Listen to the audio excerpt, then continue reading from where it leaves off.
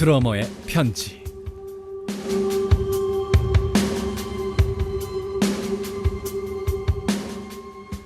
드러머를 주인공으로 음악을 선곡하고 그들의 이야기를 들려주는 코너 드러머의 편지. 매주 일요일에 함께 하실 수가 있습니다. 오늘도 양태석 드러머를 여러분께 소개합니다. 반갑습니다, 양대 형님. 안녕하세요. 시골 드러머 양태석입니다. 용태 잘 지내셨어요? 그럼요. 별일 없으셨죠? 네, 네. 그냥 봄이라서 예. 그냥 마냥 기분 좋게 지내고 있습니다. 아, 마냥 기분 좋게.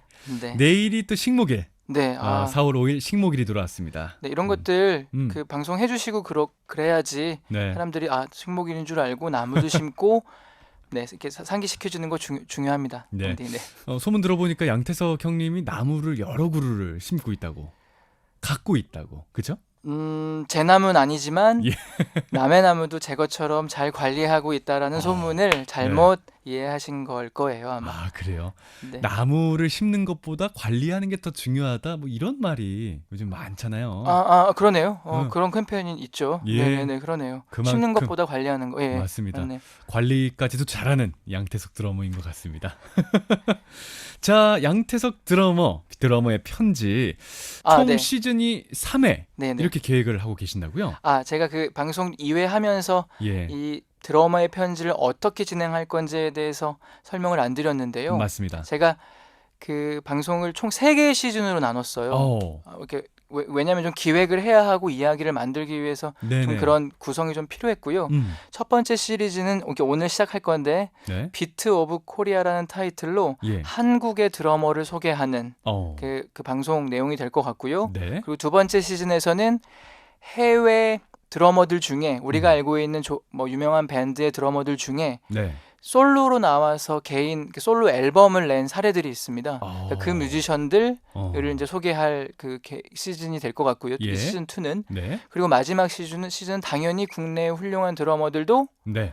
그 솔로 앨범들을 내신 사례들이 있기 때문에 그 앨범을 소개하는 걸로 1, 2, 3 이렇게 3개의 시즌을 이 드러머의 편지에서 네네. 이렇게 진행해 볼까 하는데 제 계획 괜찮나요, 형님? 괜찮습니다. 그러면 네. 오늘 드러머의 편지 첫 번째 시즌이네요. 네, 비트 오브 코리아. 네, 한국의 드러머들입니다. 예. 궁금합니다. 네. 한국의 드러머. 근데 일단은 우리 함께하고 계신 애청자님들이요. 네. 이게 팝송 프로그램이고 네. 한국 뮤지션, 한국 드러머가 등장한다. 조금 궁금해하실 수도 있고 의아해하실 수도 있는데 네. 어떠한 역사적인 뭐 사실 같은 게 있는 건가요? 이게 예. 우선 국내 밴드 당연히 이제 드러머의 역사를 소개하기 위해선 당연히 밴드를 소개해야 되는 게 맞고요. 밴드. 근데 국내 밴드 음악 또는 국내의 대중음악이 생기는 네. 그 중요한 결정적인 역사적 사건이 있습니다. 국내에. 국내예요? 국내에. 근데 그때 이제 그걸 설명하면은 2차 세계 대전 때 미군이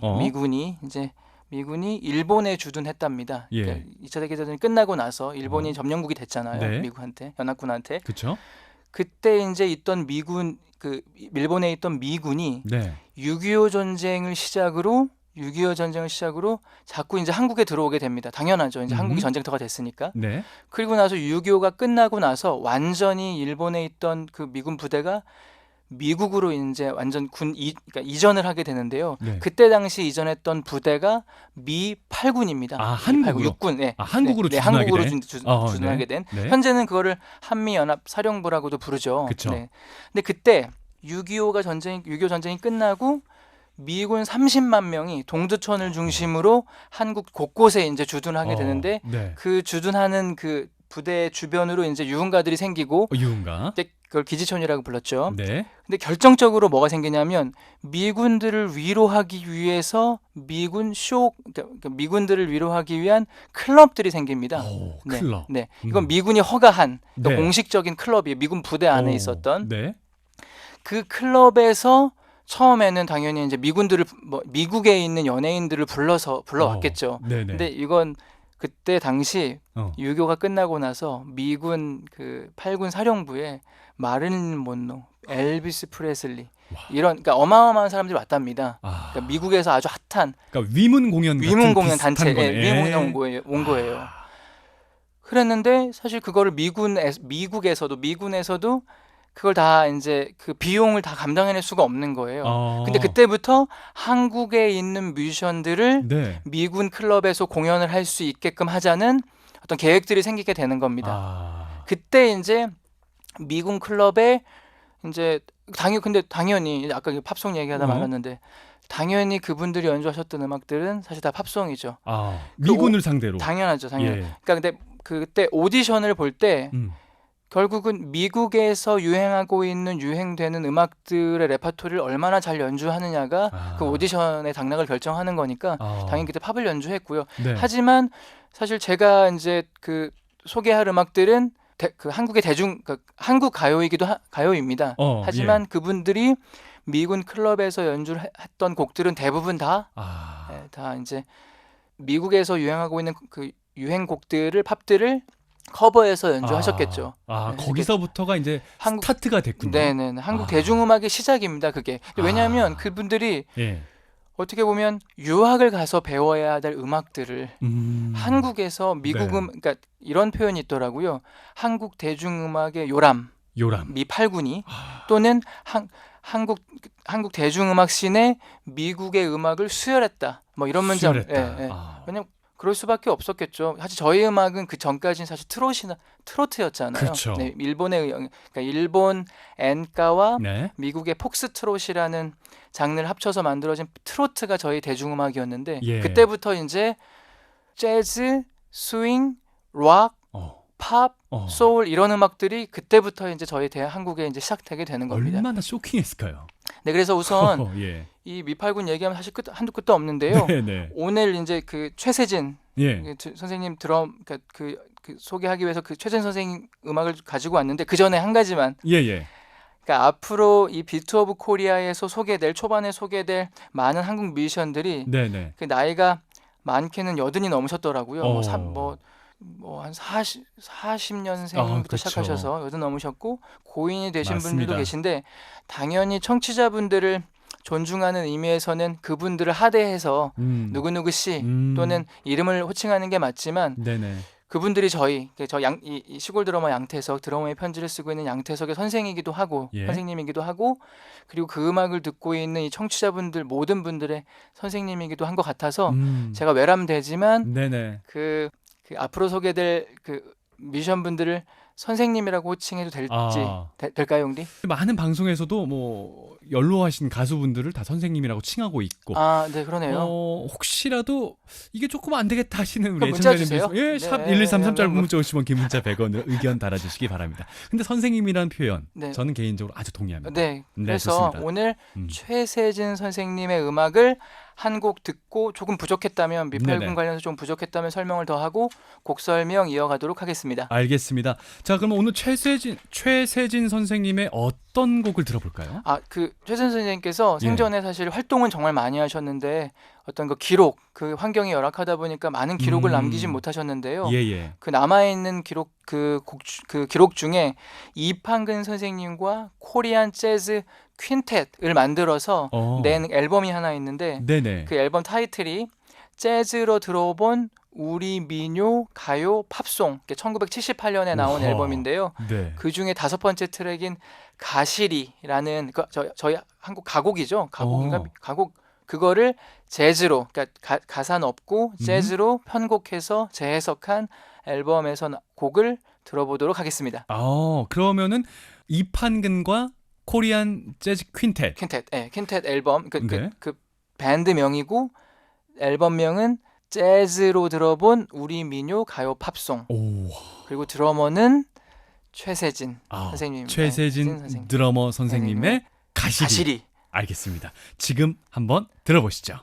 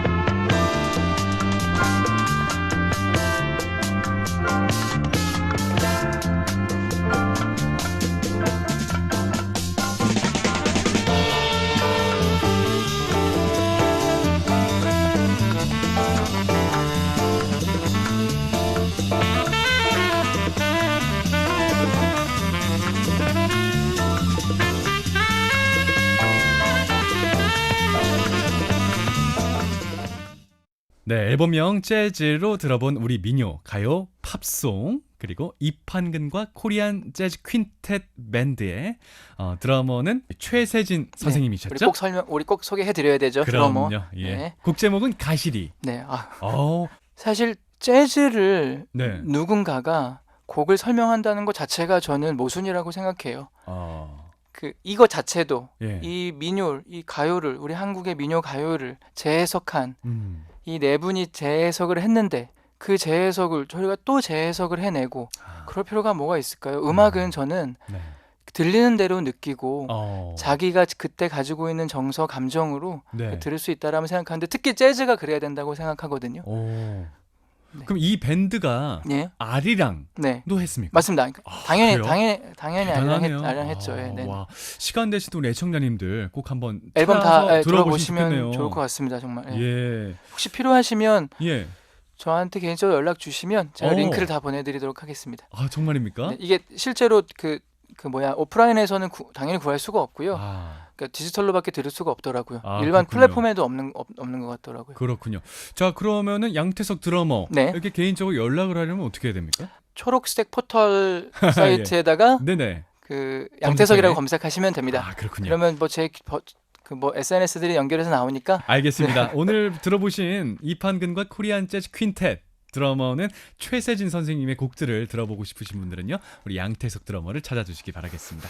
자, 최세진 선생님에 대해서 아까 말씀을 간략하게 해주셨는데 네, 미팔군과 최세진 선생님과의 그걸 연결해야죠. 연결고리는 어떻게 되어 있습니까? 맞아요. 예. 아까 이제 음악 듣기 전에 음. 설명을 잠깐 드렸던 미팔군. 예. 근데 이게 6.25 전쟁 이후에 미팔군이 한국에 주둔하게 되면서 미군들을 사기를 올리고 위로해주기 위해서 미군 내에서 정식으로 운영되는 클럽이 있었는데 예. 기록에 의하면 1951년에 예. 그러니까 어떤 기록에서는 1953년이라고 되어 있고 어떤 기록에서는 51년이라고 되어 있는데요. 네네. 박춘석의 실버 오케스트라라는 오. 스윙 밴드의 빅밴드에서 연주를 시작하셨다고 하더라고요. 예. 근데 그게 미팔군이 한국에서 시작된 기록과 거의 맞아떨어지고 그리고 당연히 저희 드러머들은 최세진 선생님을 저희 한국의 재즈 1세대로 알고 있고요. 알고 있고 저희 드러머들은 다 그분을 저희 드러머 1세대로 사실 알고 있거든요. 예. 그래서 그 근거 자료와 제가 좀 찾아본 미팔군 관련 역사에서 보니까 기록되어져 있는 것으로는 저희 대한민국의 그 최초의 대중음악 씬에서 최초의 드러머이신 최세진 선생님을 제가 여기서 소개하게 되었습니다. 그렇군요. 그래서 어쨌든 미팔군이 저희 6.25 이후의 대중음악의 시작이라면 네. 그곳에서 연주했던 연주자와 드러머가 그 제 비트 오브 코리아의 첫 번째로 소개돼야 될 그 드러머라고 생각하거든요. 네네. 네. 근데 뭐 얘기를 들어보면은 눈물 젖은 두만강이라는 노래 부르신 김정구 선생님 계세요. 그분한테 발탁이 돼서 음악을 시작했다고 합니다. 근데 그게 아마 10대 때이셨던 것 같고요. 예. 그리고 53년이면 한창 20대가 이제 이제 20대잖아요. 그때 이제 거기서 음악을 시작하신 것 같고요. 네네. 근데 사실 이런 기록들을 찾다 보니까 드는 생각이 있는데 네. 어떤 자료에는요. 한국 전쟁이 시작되자마자 예. 그때 이제 우리 대한민국 육군, 공군, 해군에서 그걸 그러니까 군악대들을 그때 만들었다고 합니다.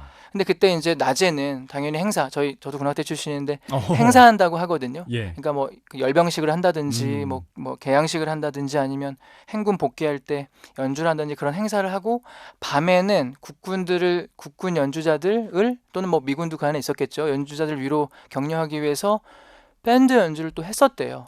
사실 그러면 근데 이제 여기서 제가 과연 비트 오브 코리아 내지는 제가 이제 어떤 역사 드러머의 역사를 조사하고 자료를 찾아서 소개하는 거지만 과연 이 기록되지 않는 역사가 있을 테고 당연히 그리고 네네. 또 누군가에 의해서 기록이 되었다고 해서 그게 최초가 되고 최고가 되는 사실 그런 왜곡들도 없지 않아 있을 수 있잖아요. 예. 그래서 당연히 저는 이제 제가 알고 있고 그런 기록들에 의해서 최세진 선생님을 당연히 첫 번째로 소개하고는 있지만 아마 우리가 알지 못하는 이름을 남기지 못한 많은 드러머들이 사실 활동을 했을 거라는 생각을 하니까 조금 뭐랄까요 좀 어떻게 말로 표현할 수 없는 좀 좀 무거운 마음이 좀 들더라고요. 예. 그런 분들을 앞으로 더 많이 발굴해내고 찾아. 그렇죠. 역사적으로 또 많이 또 서치하셔서 찾아내시고 네네. 그런 역할을 우리 양태석 드러머가 앞으로 맡게 될 겁니다. 네, 우리 모두가 그걸 네. 알아야 될 것 같아요. 이름을 남기지 않았다고 존재하지 않는 건 아니니까 역사를 그렇게 네. 이해하면 될 것 같고 네. 아무튼 근데 요거 하나 말씀드리고 싶어요. 최세진 선생님께서 이렇게 활동을 하시면서 이제 노후에 뭐 숙명여대, 동덕여대, 서울 재즈 아카데미에서 이제 출강을 하셨는데 그때 뭐 교수나 선생이라 불러달라고 하지 말고 할아버지로 불러달라고 하셨다고 그런 인터뷰가 있어요. 그래서 네. 그걸 보고 그냥 저는 뭐 방송 얼마 남지 않았지만 예. 최세진 할아버지라고 부르겠습니다. 네네. 알겠습니다. 오늘 양태석 드러머와 함께하는 드러머의 편지 네네. 비트 오브 코리아 첫 번째 시즌 첫 번째 뮤지션 네. 최세진 선생님에 대한 이야기 네네네. 나누고 있습니다. 네. 그 당시에 네. 이 미팔군을 상대로 연주를 했던 우리 아티스트들 네. 그러다가 60년대부터 이제 조금 쇠퇴하기 네. 그때 이제 시작하는 베트남 건가요? 전쟁이 터졌잖아요. 아. 그때 이제 한국에 주둔한 미군들이 예. 베트남으로 빠지면서 음. 사실 이제 미8군은 역사 속으로 사라지고 네. 그때 미8군 무대에서 활동하던 많은 뮤지션들이 일반 무대라고 이제 그 공식 언어인데 그 활동하셨던 선생님들이 내가 미8군 때 있었을 때랑 내가 일반에서 할 때랑 뭐 이렇게 하면서 일반이라는 게 공식 명칭인데요. 미8군에서 활동하던 뮤지션들 그리고 그때 있던 연예인 협회 내지는 그때 활동하던 어떤 행사 업체들이 일반 그러니까 클럽이 아닌 곳에서 방송 행사들을 만들어서 60년대 후반부터는 이제 우리 대중음악으로 나오게 되는 겁니다. 그때 조용필 씨, 이미 선생님, 신중현 선생님이 다 이제 대중으로 나오게 되는 거죠. 예. 지금 신기하네요. 그래서 그러니까 미8군이 어떤 특정 문장에서는 한국 대중음악의 요람이었다. 또는 미국 음악을 수혈받았다라는 어떤 그런 문장들이 있더라고요. 네. 그 시기부터 어떻게 보면 계속 발전해서 현재 BTS까지 사실 온 겁니다. 그러니까 저희가 제가 이제 여행을 하면서 느끼는 건데요.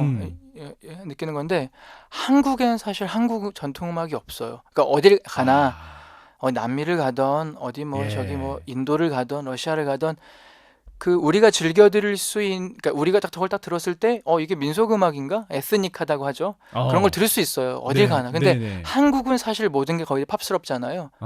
되게 다 팝스럽죠. 사실 모든 음악이 다. 근데 그게 그 미8군에서 시작된 대중음악이 미국의 음악이기 때문에 현재의 저희 대중음악이 굉장히 어떻게 보면 그게 미국한테도 미국 가까워질 수 있었던 굉장히 팝스럽잖아요. 네네네. 그래서 그런 역사가 있더라고요. 네네. 아니 그 가장 미국적인 미국 차트에서 BTS가 됐잖아요. 한국말로 불러서 1등을 물론 했다는 그게 거는. 이제 그게 그 어떻게 재해석되고 우리만의 스타일로 K-팝이라는 장르가 만들어졌지만 그 시작에는 미8군 그리고 미8군에서 활동하셨던 많은 선생님들 뮤지션들이 계셨다라는 거를 알아주셨으면 하겠습니다. 알겠습니다. 그 첫 번째 주인공으로 오늘 최세진 선생님의 할아버지. 최세진 할아버지. 그랜드파더. 그랜드파. 알겠습니다. 여러 가지 역사적인 이야기도 담고 이 K-팝의 첫 번째 시작일 수 있죠. 그렇죠. 여러 가지를 다뤘습니다. 이건 제 생각이 아니고 그 평론가들의 해석에도 충분히 많이 읽으실 수 있으실 거예요. 알겠습니다. 자, 최세진 우리 그랜드파의 또 노래 하나 더 들을 수 있을까요? 그래서 아마 이 곡 선곡하고 들려드리고 저는 이제 다음 시간에 뵈야 될 것 같은데요. 네네. 생전에 2007년이셨던 것 같은데 생전에 앨범을 딱 하나 내셨습니다. 물론 연주는 뭐 어마어마하게 하셨지만 그걸 다 기록으로 남기지 못했고 저희 뭐 시대적 상황이 근데 이제 그 어떻게든 뭐 본인의 앨범을 내고 싶으셨던 것 같아요. 그래서 그 후배들과 함께 최세진 1집 Back to the Future라는 그 앨범을 2007년에 첫 앨범이자 그러니까 유작이 된 앨범을 내셨는데요. 그 앨범에서 Four Brothers, 네 형제 아마 퀸텟 아마 연주 때문에 나온 게 아닌가 싶은데요. 어떤 그 재즈 음악을 자기네 어떤 악기로 연주해내고 있는 형제의 이야기를 하고 있다고 저는 해석했는데요. 그 곡 들어보고 저는 다음 시간에 다시 인사드리도록 하겠습니다. 알겠습니다. 다음 주에도 재미난 편지 부탁드리겠습니다. 네, 편지 또 다시 써가지고 올게요. 용재 잘 지내고 다음 주 또 만나요. 네, 감사합니다. 안녕. 네, 지금까지 양태석 드러머와 함께했습니다. 오늘 드러머의 편지 마지막 곡으로 최세진 선생님의 Four Brothers, 이 곡은 광고 듣고 띄워드릴게요. 네, 김용석의 골든디스크 4월 4일 일요일, 오늘도 1시간 동안 함께 즐겨주셨습니다. 오늘 끝곡으로요, 한국 재즈의 1세대로 분류되고 있는 드러머 최세진 선생님의 Four Brothers 띄워드릴게요. 조금 전 양태석 드러머와 함께하는 드러머의 편지에서 소개해드린 내용이죠. 자, 이 곡 들으시고요, 저는 월요일인 내일 또 인사드리겠습니다. 기분 좋은 일요일 보내시기 바랍니다. 고맙습니다.